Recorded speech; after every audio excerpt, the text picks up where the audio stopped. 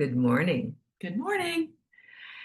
So we are here to talk with you today, in tandem together, about this is such a beautiful gene key. Do you want to introduce her? Sure. So we are talking about Gene Keys written by Richard Rudd, and this one happens to be this week, and it is Gene Key 18. And we are moving from the shadow state of judgment. Oh, that gritty stuff. The judgment, the criticism. But we'll go into that in a minute when we talk about the repressive and reactive nature. And then out of that judgment comes integrity, the gritty stuff that allows us to be more in space and time aligned. And then out of that, the acidic state, or the highest essence, is perfection. Not the perfection that I was told was bad because I was such a perfectionist, well, I still am a recovering perfectionist, but the absolute divine perfection of everything being exactly where it's supposed to be in this moment, where you don't even have to think about it anymore because it just is. There is no judgment anymore, right? It just is. It just is. So the beautiful parts of this is it's so universal. It does not feature in my keys, my main profile at all. However, I do have the programming partner, and that one, which is 17, is the opinion to farsightedness to omniscience. So there is some beautiful pieces where they play together nicely and sometimes not so nicely. And I love the light blinking on your head. We cannot figure out what that's from. It must be from outside. Anyway, well, it could just be your light too. So I want to ask you, you want to talk a little bit about the pieces of it, but one of the things I wanted to mention is about the pulse. We do these conversations on the pulse when this is astrologically showing up. So this key is in Libra, and we just had the Libra equinox, and we're moving into the Libra sun sign. So there's, it's tied to what's actually going on the planet energetically. And sometimes I almost feel it's bizarrely in tune with what we're experiencing. So, yeah. So a lot of the times, you probably are very familiar, and this key happens to be in my profile, so I know quite a bit about it.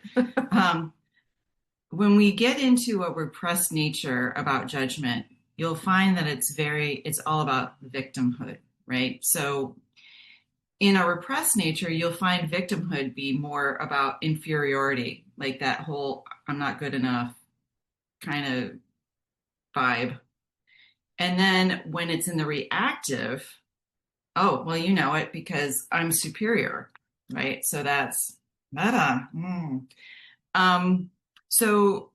But once we really break out of that whole judgment of higher, lower mentality of victimhood, and really understand who we are as a soul, embodied in this plane, naturally then our integrity is, it kind of feels almost through the spine, but it's like it feels more aligned. And the great thing about this key is that it's talking about humanity coming to this realization of their true embodiment of really anchoring into the earth as humans and loving life. I think. It's... Yeah, it has. And what I love about we will never not judge. And so, because that's part of how we are wired, it's part of the way that our brains work. And however, there's a shift when we're judging from anger or fear of what's right, wrong, I'm doing this wrong, and all that inner talk, and then the external too. So it depends on which way you started first. Was it the external or the internal? Right. But when it changes into a judgment of love. So you can look at the planet right now and go, oh man, we've got to make some changes. I mean, I'm judging that this is not where we need to be, but it is from a space of, I was thinking of like somebody who is struggling with addiction that you want to help. When you judge them like, what's wrong with you? Get your act together. That's not helping, versus judging with a space of, you know what, I will not let you live with me until you check into rehab. And after that, then I will be here to support you. But you know what I mean? It's a space of love. So do you want to talk any more about how it ties into the codon ring and or do you want to go into citic state? Well, the codon ring is the codon ring of matter. And so I think of it as, spirit embodied in matter. And so as we're moving through it, in nature, chaos happens. It is the stirring pot that allows it to then settle out. Nothing can ever, because we're all in change all the time.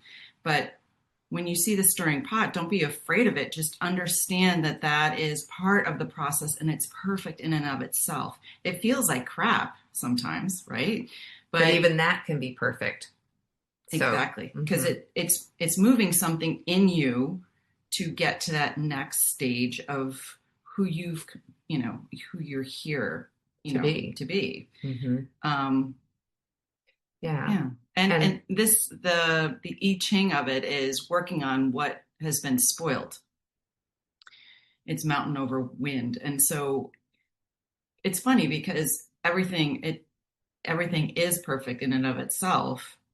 And I think that's when we're going to talk about from moving from integrity, which is, as Richard says, it's gritty. It's the true the grit. word grit is in integrity, in the word, which I never put together before. And I love the word integrity. I do too.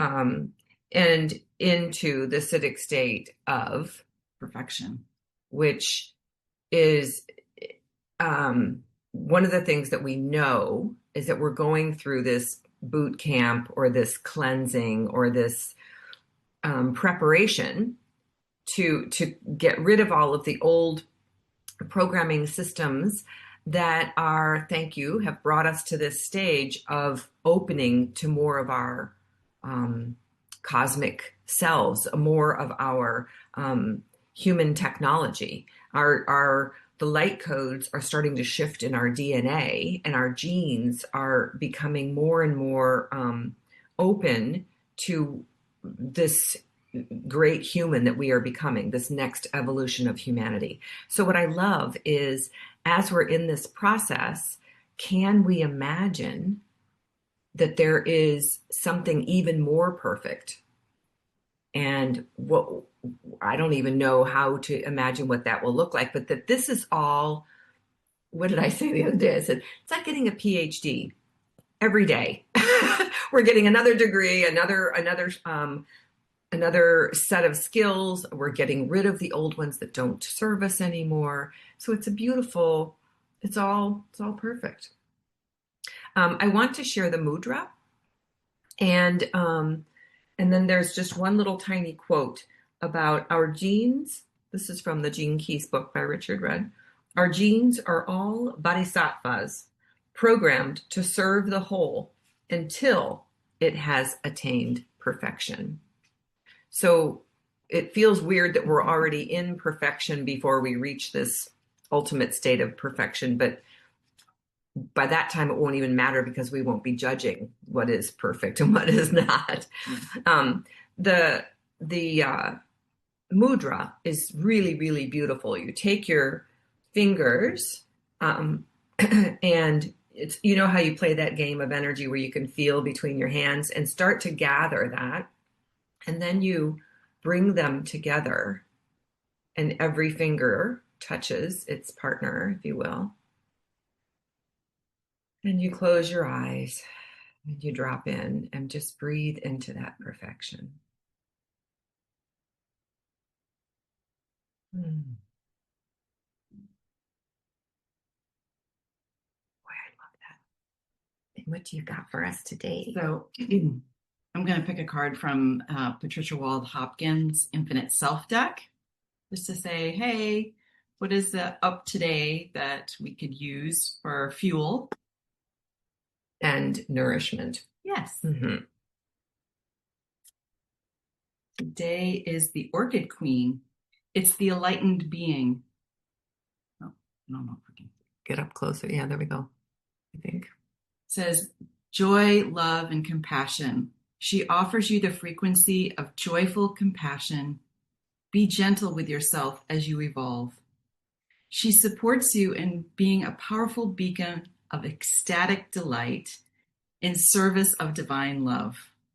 She radiates the essences of Litsia.